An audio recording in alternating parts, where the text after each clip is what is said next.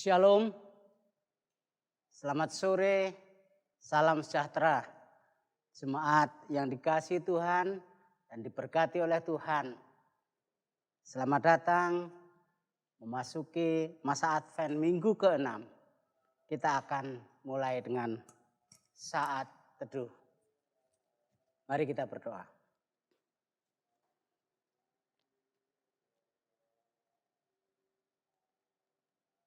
Jehovah Allah yang kami kenal di dalam Tuhan Yesus Kristus, kami datang padamu mengucap syukur dan berterima kasih karena Engkau izinkan kami untuk bersatu hati dalam persekutuan doa masa Advent minggu ke-6. Kiranya roh Allah ada pada kami dan Engkau berbicara pada kami. Berkat nama Bapa, Putra dan Roh Kudus, kami berdoa dan bersyukur. Haleluya. Amin. Jemaat yang terkasih di dalam Tuhan Yesus Kristus, kita akan baca bersama-sama firman Tuhan satu ayat, yaitu dalam Yohanes 19 ayat 30. Saya akan bacakan Yohanes 19 ayat 30. Demikian firman Tuhan. Judulnya, temanya Yesus mati. Sesudah Yesus meminum anggur asam itu, berkatalah ia, sudah selesai. Lalu ia menundukkan kepalanya dan menyerahkan nyawanya.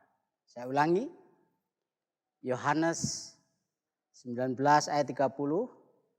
Sesudah Yesus minum anggur asam itu, berkatalah ia, sudah selesai.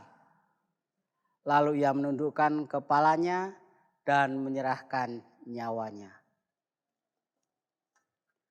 Jemaat yang dikasihi oleh Tuhan Yesus Kristus, tema kita pada malam hari ini adalah sudah selesai, berjuang sampai finish.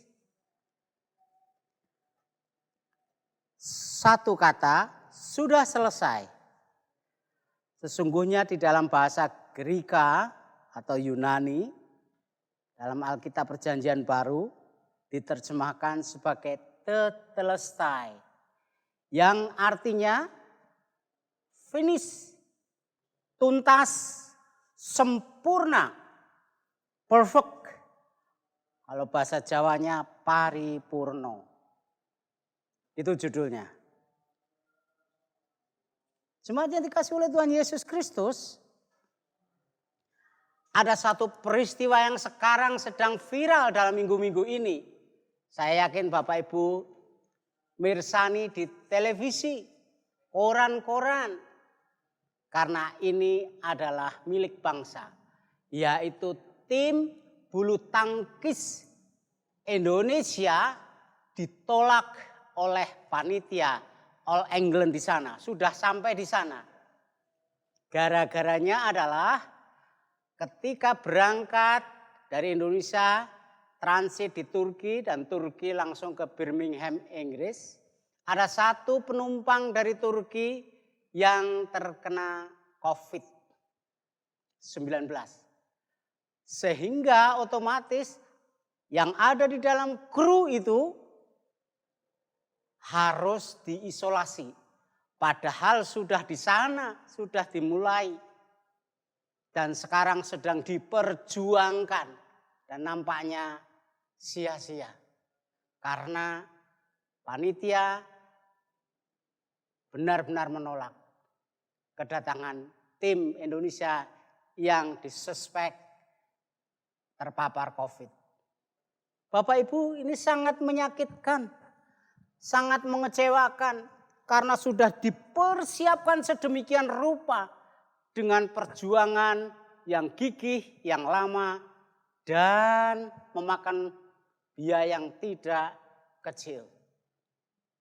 Kenapa demikian? Karena bulu tangkis merupakan olahraga yang benar-benar favorit di Indonesia dan pernah mencapai puncak kejayaannya. Yaitu ketika ada seorang yang bernama Rudy Hartono. Rudy Hartono adalah seorang pebulu tangkis satu-satunya dunia yang pernah menjuarai medali emas 7 kali berturut-turut. Jeda setahun, kemudian tahun berikutnya menang lagi sehingga 8 kali ia menjuarai All England. Sehingga Rudy Hartono dicatat dalam buku Guinness Book of Record.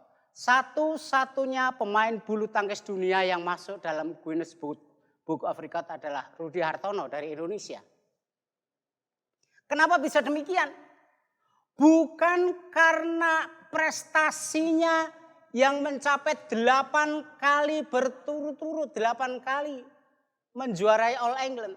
Tetapi ada satu yang lebih daripada itu, yaitu nilai perjuangan. Nilai dari sebuah usaha dari angka ke angka. Bapak Ibu yang dikasihi oleh Tuhan Yesus, dalam kesaksian Rudy Hartono, dalam berbagai macam event, kesaksian Rudy Hartono bercerita ketika menghadapi juara dunia Eropa, yaitu Sture Johnson dari Swedia. Kala itu peraturan pertandingan bulu tangkis dunia, game, itu berakhir pada angka 15. Kalau sekarang 21, dulu 15. Saat itu situasi benar-benar sangat kritis dan menegangkan. Mengapa demikian? Pada set pertama, Sture Johnson unggul 15-14. Namun pada set kedua, Sture Johnson justru unggul juga dalam posisi 14. Maaf, dalam posisi 14-0. Jadi set pertama 15-14.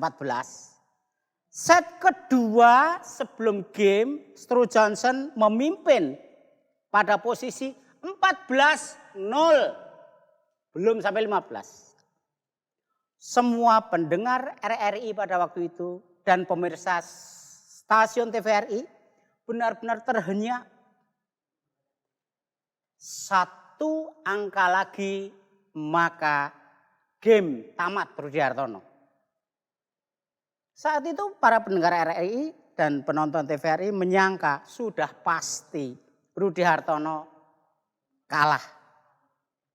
Tapi tiba-tiba ada suara teriakan, "Hore! Hore!" oleh reporter TVRI dan RRI. Karena apa? Shuttlecock berpindah ke tangan Rudy pada posisi itu. Kemudian Rudy Hartono berdoa di dalam hati. "Aku ingin 1 angka saja Tuhan." Demikian diucapkannya dalam hati ketika dia memulai serve atau service. Dan ternyata benar, Tuhan mengabulkan. Angkanya menjadi 14-1. 1 untuk Rudy Hartono. Kemudian dia serve lagi, "Tuhan, aku mau 1 angka lagi." Dia serve, das. Mulailah 2-14. Dan seterusnya, "Tuhan, saya ingin 1 angka lagi." Das, 3-14. Dan selanjutnya sampai angka 14 sama. Atau dengan kata lain, jus. Dan Bapak Ibu tahu, angka ini kemudian menjadi 17-14 dimenangkan oleh Rudy Hartono. Sekarang imbang. Set pertama Stu Johnson dengan 15-14. Set kedua Rudy Hartono dengan 17-14. Yang lebih mencengangkan lagi adalah pada set yang ketiga. Rudy Hartono benar-benar berhasil menggulung Stu Johnson ini dengan skor yang sangat telak. Yaitu 15-0. Benar-benar gila. Bapak Ibu yang dikasihi oleh Tuhan Yesus Kristus. Tema kita hari ini adalah sudah selesai. Berjuang sampai finish. Itu mengingatkan kepada kita ketika Tuhan Yesus berada di dunia ini tidak terlena oleh berbagai macam sanjungan akibat mujizat-mujizat dan keajaibannya. Mulai dari kelahiran, kehidupannya, kebangkitannya, kematiannya, kebangkitannya, dan kenaikannya ke surga. Itu semua membuat kita terkagum-kagum. Bapak Ibu, ketika Tuhan Yesus diberi kuasa untuk menyembuhkan orang sakit, sakit mata, sakit lumpuh, bongkok, pendarahan, kusta, dan sebagainya. Bahkan diberi kuasa atas maut, membangkitkan orang mati Lazarus, dan bahkan mengusir setan. Tetapi Tuhan Yesus tetap fokus di dalam Via Dolorosa, jalan salib, sampai pada akhirnya tetelestai, sudah selesai. Finish, sempurna. Dia tidak menghindari dari jalan salib itu. Jemaat yang dikasihi oleh Tuhan Yesus Kristus, bagaimana dengan keadaan kita? Apabila kita diperhadapkan oleh berbagai macam problema, hambatan, tantangan, rintangan, kendala, dan sebagainya. Apa yang harus kita lakukan? Respon apa yang akan kita lakukan? Jemaat, saya ingat tanggal 3 Januari 2021, Tuhan izinkan saya terpapar COVID, tergeletak tak berdaya di rumah sakit Bakti Mulia. Saya pada tanggal 2 itu sudah benar-benar loyo mencari rumah sakit di seluruh Jakarta penuh. Dan tanggal 3 baru dapat rumah sakit namanya Bakti Mulia. Itu bukan di rumah sakitnya tapi di tenda. Dan tinggal 1 bed. Kemudian perawat itu mengatakan, Pak ini sudah penuh. Hanya ada 1 di tenda di luar. Saya mengatakan pada anak saya, ya sudah pakai. Saya sudah enggak kuat. Kemudian saya tergeletak di situ. Dan dirawat. Kemudian perawat mengatakan, tapi jangan komplain. Karena demikianlah. Malamnya Bapak Ibu, saya tidak tahu seperti apa dunia ini. Karena sudah diambang maut. Sudah diambang maut. Saya sudah tidak mengerti lagi. Begitu oksigen masuk. Saya tidak tahu. Ada sebuah pujian yang sayup-sayup terdengar di telinga saya dan saya tidak hafal lagu itu dan saya tidak mengerti dari mana arah itu. Judul pujiannya adalah Waktu Tuhan Pasti Yang Terbaik. Bapak Ibu, tolong catat dan dengarkan lagu ini. Bila kau izinkan sesuatu terjadi ku percaya semua untuk kebaikan. Kita akan pujikan bersama-sama pelan-pelan. 3, 4. Bila kau izinkan sesuatu terjadi, ku percaya semua untuk kebaikanku. Bila nanti telah tiba waktumu, ku percaya kuasa-Mu memulihkan hidupku. Waktu Tuhan pasti yang terbaik. Waktu Tuhan pasti baik. Kadangkala kita tidak mengerti maksud Tuhan. Saya sedang dicobai oleh iblis. Tetapi saya mendengar lagu ini yang tidak pernah saya kenal. Tuhan mampukan aku memujikan ini, meyakini ini. Sekali lagi kita nyanyikan bersama-sama. Bila kau izinkan sesuatu terjadi. Siapa yang memutar lagu ini saya tidak tahu. Tidak mungkin suster-suster itu memutar itu. Karena semua pakai OPD lengkap. Satu ruangan itu semua adalah orang-orang yang terkena COVID terkapar. Saya setengah mati. Saya antara sadar dengan tidak. Tetapi ketika mendengar syair ini,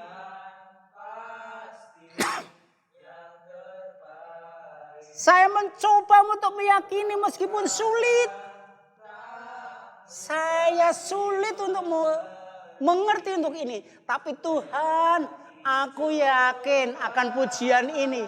Sampai detik ini saya tidak hafal lagu ini. Tetapi syair ini mengiang-iang sampai detik ini. Waktu Tuhan pasti yang terbaik. Mudah-mudahan ini menjadi berkat bagi Bapak Ibu. Ketika Bapak Ibu dan Saudara dalam keadaan apapun, waktu Tuhan pasti yang terbaik. Andalkan Tuhan, percayakan Tuhan. Saya tidak pernah yakin bahwa saya akan bisa berkhotbah di sini kalau tidak ada Tuhan. Bapak Ibu, saya seringkali berkhotbah tentang fungsi dari oksigen. Oksigen itu jika dikalkulasi dengan uang, nilainya dalam 1 tahun itu 5,2 M. Tapi kita tidak pernah membayar untuk itu. Ucap syukur pada Tuhan saat ini kita menikmati oksigen dengan tenang. Berkat Tuhan akan senantiasa menyertai kita pada minggu ke-6 ini. Tuhan memberkati kita. Dalam nama Yesus kita berdoa. Mari kita berdoa. Seringkali kami sulit untuk menerima kenyataan ketika kami mendapatkan ujian, cobaan, godaan, tantangan, rintangan, kendala, dan kesulitan-kesulitan, problema yang membelit hidup kami. Tapi mampukan kami seperti pujian ini, waktu Tuhan pasti yang terbaik. Walau kadang kami sulit mengerti, tapi saya tahu berkat Tuhan senantiasa ada pada kita sekalian. Kami bersyukur berkat nama Bapa, Putra dan Roh Kudus menyertai kami. Haleluya. Amin.